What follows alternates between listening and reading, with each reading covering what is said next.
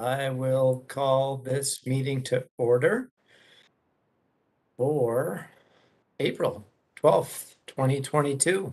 Let's have a roll call. Great. Fredson, Here. Sterner. Here. I'm acknowledging I do not see Councilmember Vento yet, but I will watch for her to show up. Wolf, Here. Zarin, Present. and Lindstrom. Here. Thank you.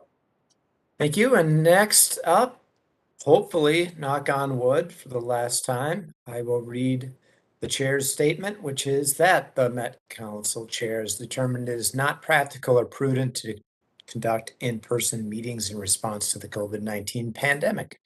Accordingly, committee members will participate in this meeting via telephone or interactive technology, and the meeting will be conducted under Minnesota statutes section 13D.021. We encourage you to monitor this meeting remotely, and if you have any comments, we encourage members of the public to email us at public.info@net.state.mn.us. And with that,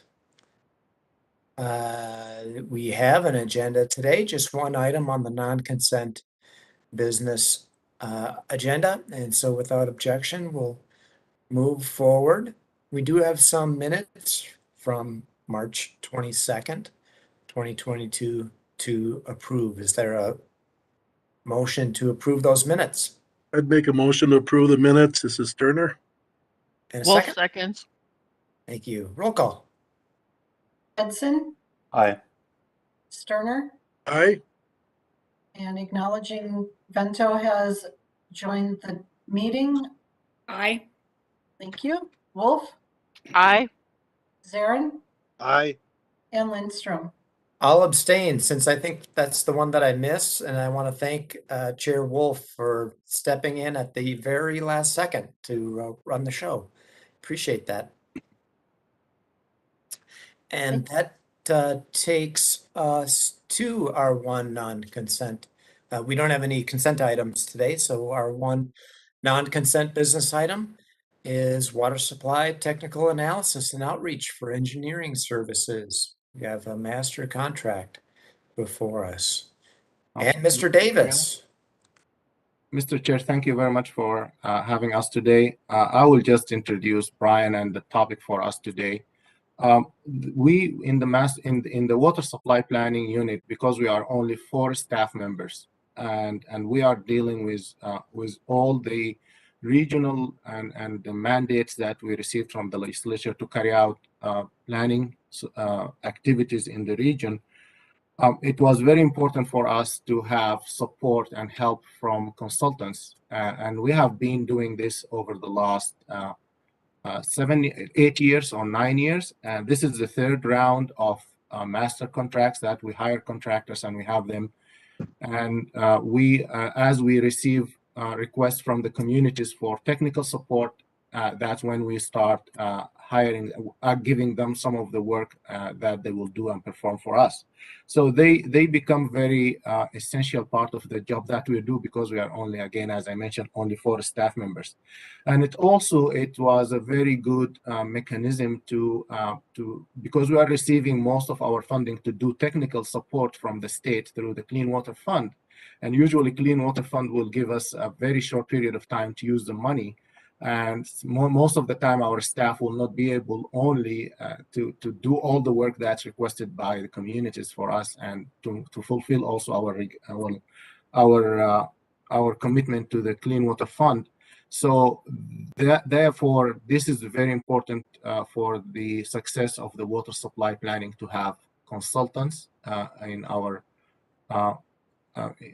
Working with consultants is very important for us to finish all the required work that requested for us to meet our legislative mandates. With that, I will introduce Brian Davis, a principal engineer with water supply planning. All right, thank you, Ali. And I'm pleased to be here to present this business item to you today. on water supply technical analysis and outreach for engineering services, Master Contract 21P230. Next slide. So in water supply planning, we conduct our activities under Minnesota Statutes 473.1565. And this encompasses our water supply planning activities in our unit, as well as the advisory committees that advise us on what to do in our activities.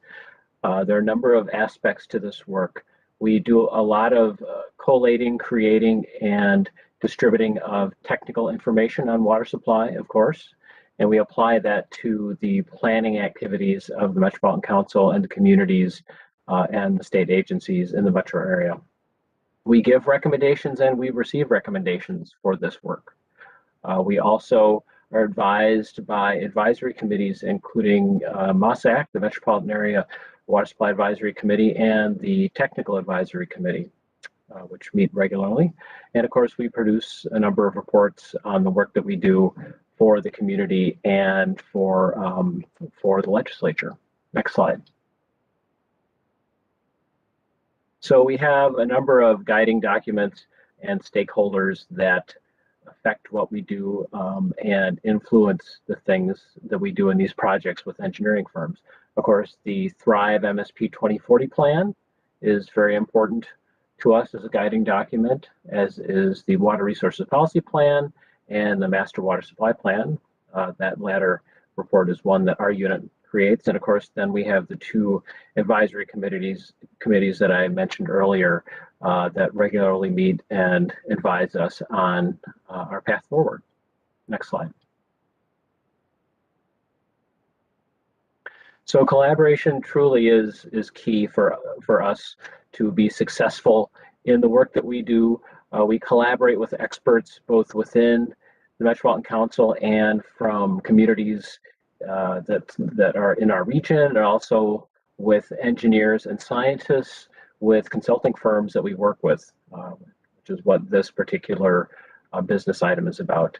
We conduct technical analyses on a number of different items in water supply planning. That can include anything from well field analysis to water chemistry and contaminants in groundwater, to surface water groundwater interactions, water reuse, chloride impacts on groundwater resources, and many other things. So that is really the investigative part of our work. Then we work with stakeholders in the area, in communities, and within the council to plan, to use these things that we have found to influence our regional and local planning efforts. And in those planning efforts, we then move to an implementation phase where we fund and implement projects and build partnerships with the communities and with the engineers and scientists that help us to do this work. Next slide.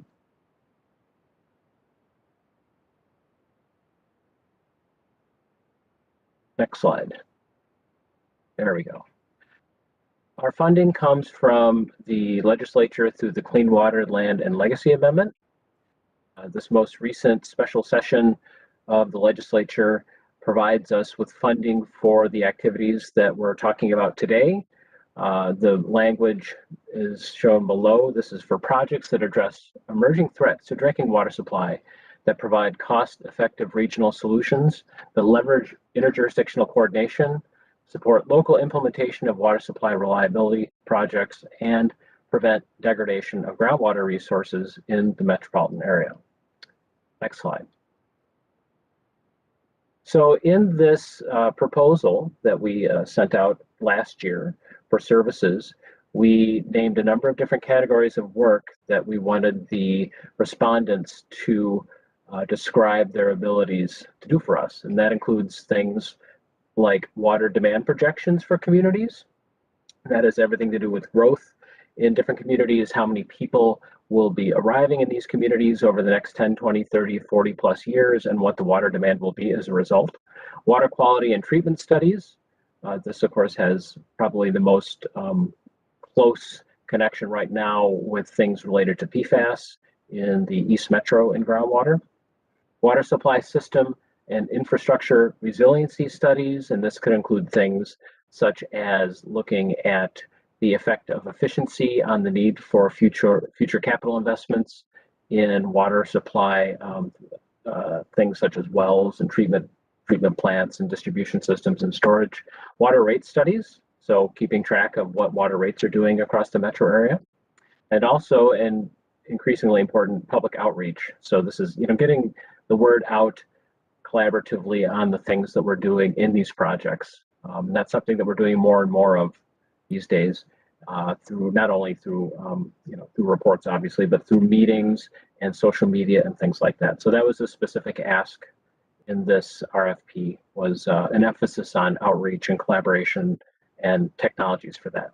Next slide.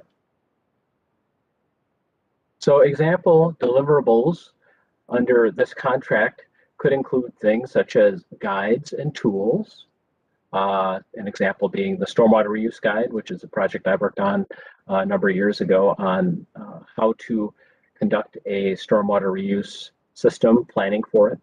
Informational materials and graphics, short videos and social media campaigns, which I think will be a real emphasis this time around on what we're doing.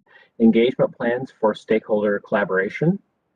Online or mobile applications for water efficiency actions. I think there's a real opportunity for that, especially with our work with the University of Minnesota and MNTAP, the Minnesota Technical Assistance Program, on our very successful water efficiency projects that we've been doing. Community training workshops. This is, of course, the outreach component, and reports. We always have reports that we create that describe what we did. And that's going to continue to be an aspect of what we do. Next slide.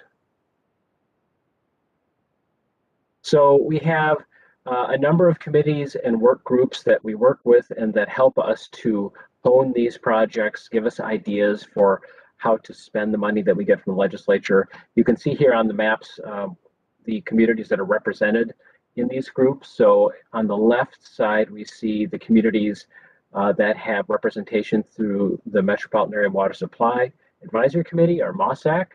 And then with the hatched area that's either blue or green hatched, we have communities that have a representative on the Technical Advisory Committee, or TAC. And then on the right-hand side, you can see communities that are in our sub-regional water supply work groups. We have a number of those work groups in the West Metro, Southwest and Southeast Metro, in the Northwest Metro, and then, of course, in the North and East in the groundwater management area that the DNR created a number of years ago around White Lake. So those communities and those work groups are ones that we are in close connection with and talk about our projects and work with them to create projects that are useful. Next slide. So we conducted an evaluation of the proposals that we received from a number of proposers. The panel consisted of council staff and also an external technical advisor from Minneapolis Waterworks in this case, and we evaluated the proposals on 4 criteria: the quality of the proposal, the qualifications of the proposer, their experience, and the price that they were offering for the work. Next slide. There is also an MCUB goal in this proposal. The Office of Equal Opportunity assigned a Metropolitan Council underutilized business program goal of 8% for this project. OEO has determined that the recommended proposers have met the council's MCUB contract requirements for this project. And we do have somebody in the crowd today who is from procurement who can answer questions about that.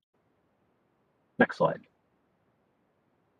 So the proposed action is that the Metropolitan Council authorize the regional administrator to negotiate and execute master contracts 21P 230A in the amount of $266,666 with Bar Engineering, 21P 230B in the amount of $200,666 with HDR Incorporated, and 21P 230C in the amount of $200,666. Wow. And I did not, I've never given a presentation with those kind of numbers before. With Kimley Horn Incorporated to provide engineering support for water supply planning for a total not to exceed the procurement value of $800,000. So we have a split 3 ways of each number. So as you know, we could have gone beyond the decimal point ad infinitum, but we didn't do that, cut it off. So I would be happy to take questions at this time about the presentation. I'm glad I'm not the only one that occasionally gets tripped up with these numbers that are like 9 numbers long. That happens to me all the time. Any questions? Chair Lindstrom, Councilmember Sterner has his hand raised. Go ahead, council member. All right, thank you, Chair. And but my question has to do with like in the past, how do these numbers compare to what the past contracts have been like? And then typically we're maximizing at 800,000. Is there sometimes where we don't use it all and you have some to carry over for future years or put it back? As I know, like Ollie was kind of concerned we have a short window of time to use it and procure it. So once it's in the bank, can it carry over or come back, or do we always maximize those the amounts we're showing with those 3 different firms? Thank you, Mr. Chair and council members. I can answer the first one, and then I will ask Ali to answer the second because it's more of a financial question on budgeting and things like that. But the first question, as far as the amount of money that we have been granted through the legislature in the past for these projects, this amount is pretty close to what we have been allocated in the past. I think we've had a little bit more, maybe in the past bienniums, more in line of like $1 million that was split 4 ways among 4 proposers, or maybe a little more than that. I don't remember offhand. I can definitely get you the true numbers for that because we have them, but it's pretty close. It's in line with what we've done before. Regarding the funds and how that carries over, that is something I will defer to my superiors on because it's not something that I work with very much. Okay, thanks. Mr. Chair, council members, thank you, Brian. This amount of funding is very close to what we used to get in the past.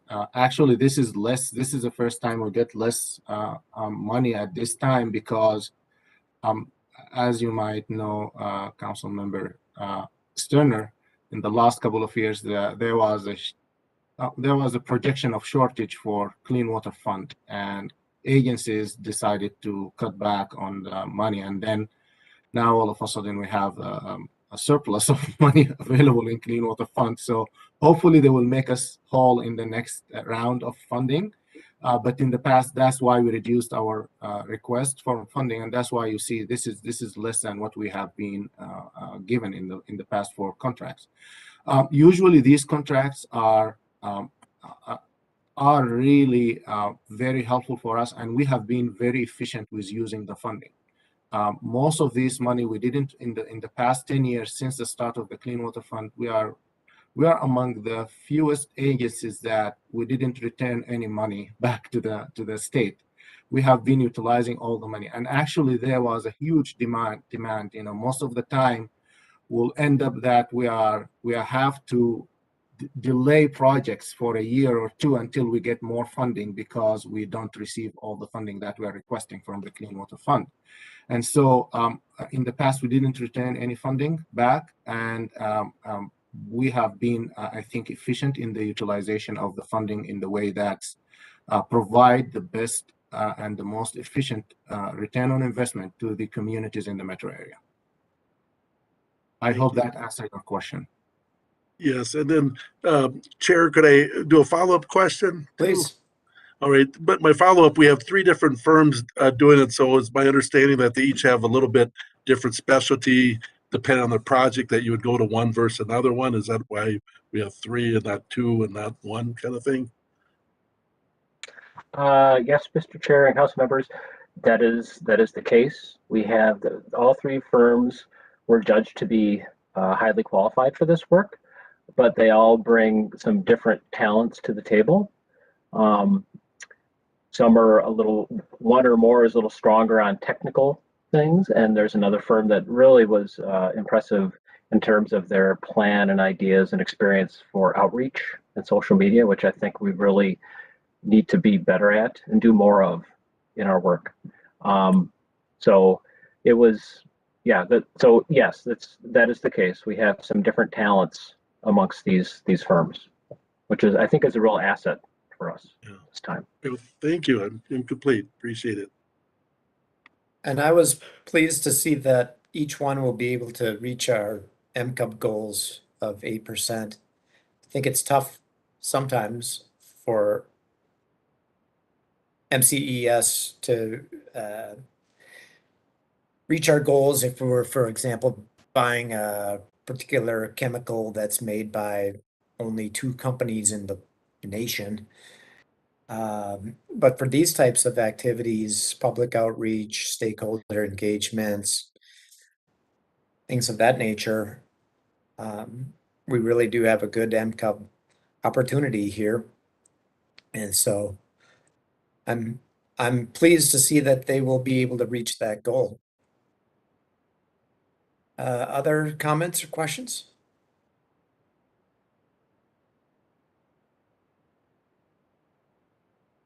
Seeing none, we have a motion.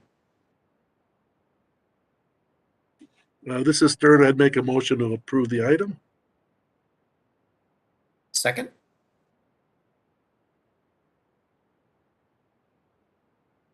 Zero seconds. Seconds. Think I hear, Susan, take your pick. I say Zarin. All righty. Roll call, please. Yes. Fredson, Aye.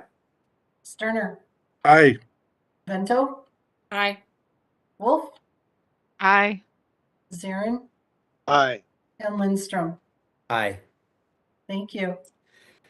Thank you, everybody. And I do believe that takes us to our general manager's report. You've been busy. Thank you, Mr. Chair. Just want to make sure that we get enough reminders out that next time we meet, we'll be in person. So the offices are opening the day before. So day 2, Environment Committee in person. So do your best to remember.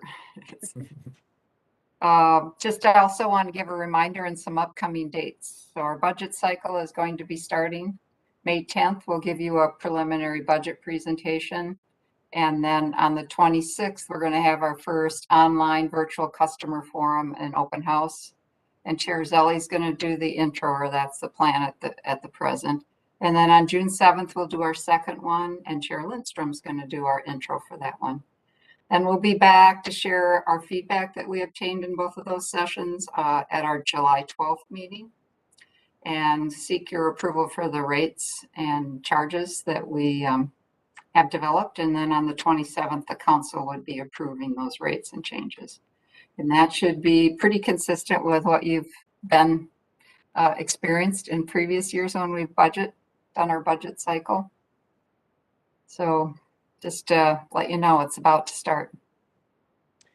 And you published the 2021 performance report not too long ago, so I encourage everybody to check that out. A Yep. challenging year, but a good year, and one that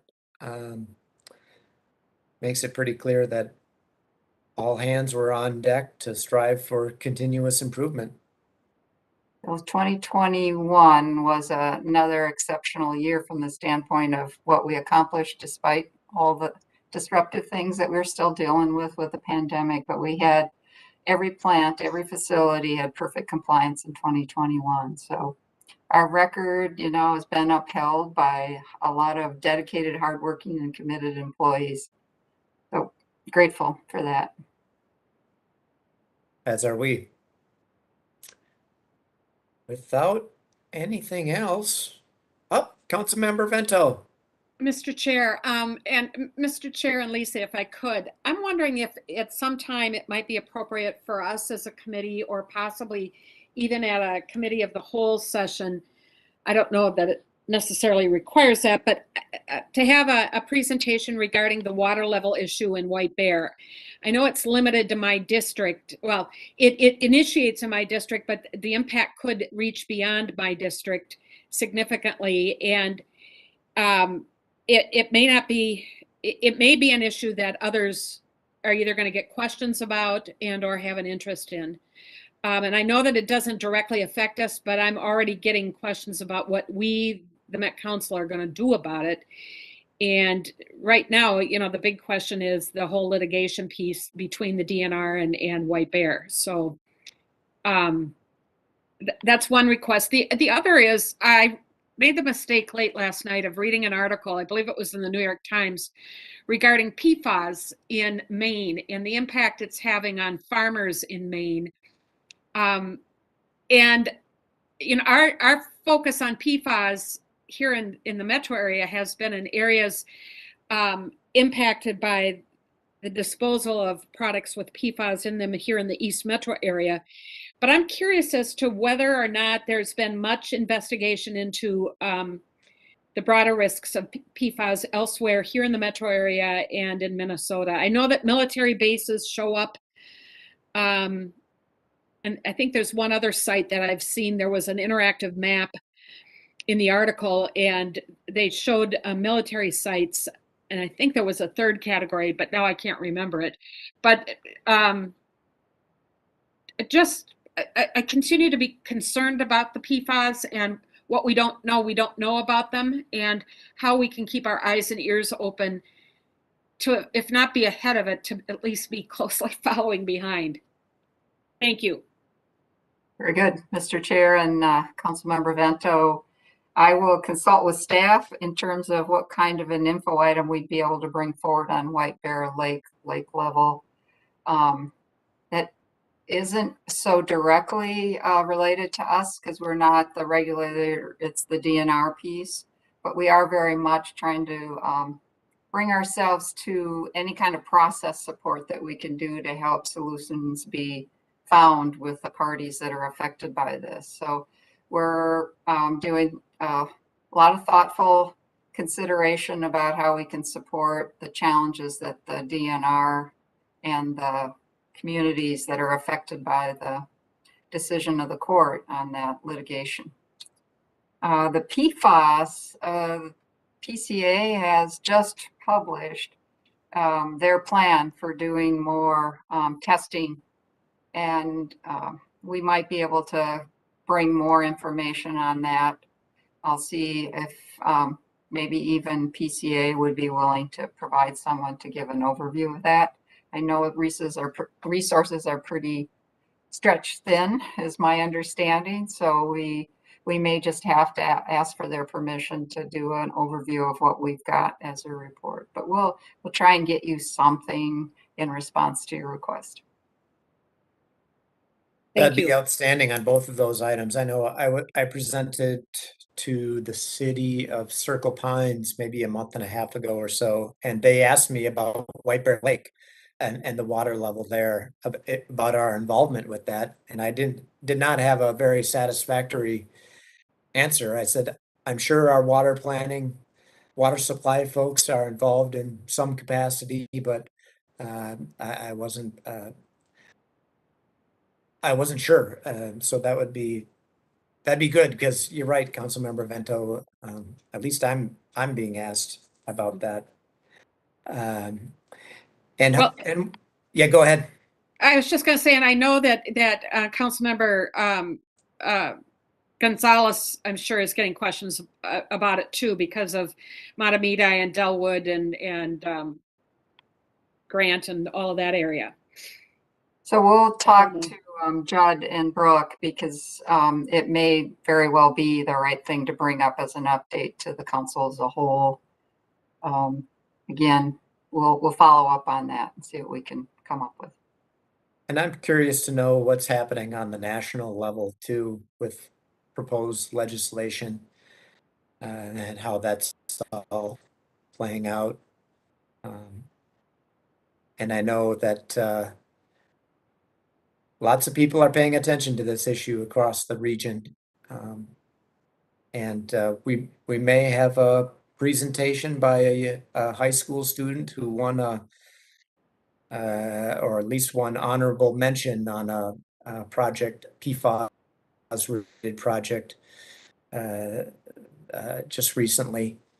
We're looking into possibly having her produce her findings to this group And tell us, in the weeks or months ahead. Yeah, go Mr. ahead. Chair, tell us why you know about this. I know about this young, impressive person who lives in Eden Prairie because she was a student of my sister, who is a teacher. And Councilmember Vento, why are you asking me that question? Well, because I know you're related to Ms. Dayton. I am indeed. Now, how do you know Miss Dayton, my sister? She was a third grader of mine many, many, many, many years ago. But remember, I started teaching when I was, about 10. Do you like it how we ask questions where we already know the answer? That's true. Yep. This young person was a student of my sister's, and my sister was a student of Councilmember Vento just a few years ago. If you have time, I'd encourage you to read the New York Times article. And if you want me to send it to you, I'd be happy to. Don't read it late at night, though, because you're going to find it hard to sleep. It focuses on a young couple who started an organic farm. And it talks about how they're moving from being organic farmers to environmental advocates. And it's heartbreaking because they were really putting their heart and soul and all of their financial resources into this farm, and they're done for now, at least, with farming. So I'd encourage you to read it. And it's a good thing we have students coming along, like the one that we hopefully will get to hear from Eden Prairie, because we need that kind of vision. No doubt about it. Yeah, I'll definitely check out that article. And anything else? All right. We'll see you all in person in a couple of weeks. Goodbye, Awesome. everyone. Thanks a Have a lot. great afternoon. I know. Oh, wait, I have to thank some people. Oh, too late. Too late.